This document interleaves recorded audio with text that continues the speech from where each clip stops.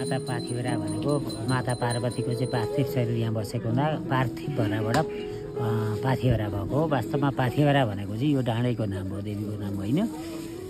यहाँ चाहिँ पूजा गर्दाखेरि चाहिँ हामी पञ्चकन्या कालिका पाथिभरा देवी भनेर पूजा गर्छौँ। यहाँ बाँचौडीमा एउटी चाहिँ तल फेदीमा हुनुहुन्छ कान्छी धान भनेर भन्छौँ हामी त्यहाँ।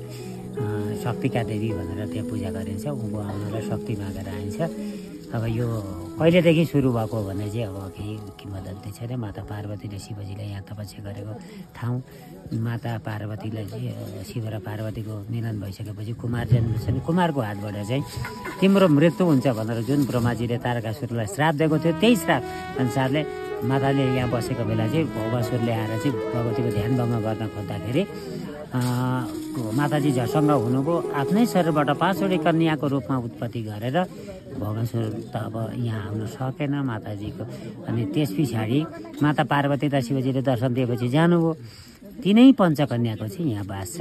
त्यही भएर पञ्चकन्या कालिका पाथिभरा देवी भनेर भनिन्छ। पाथिभरा भनेको यो डाँडैको नाम हो, देवीको नाम होइन। ल, जय माता पार्वती।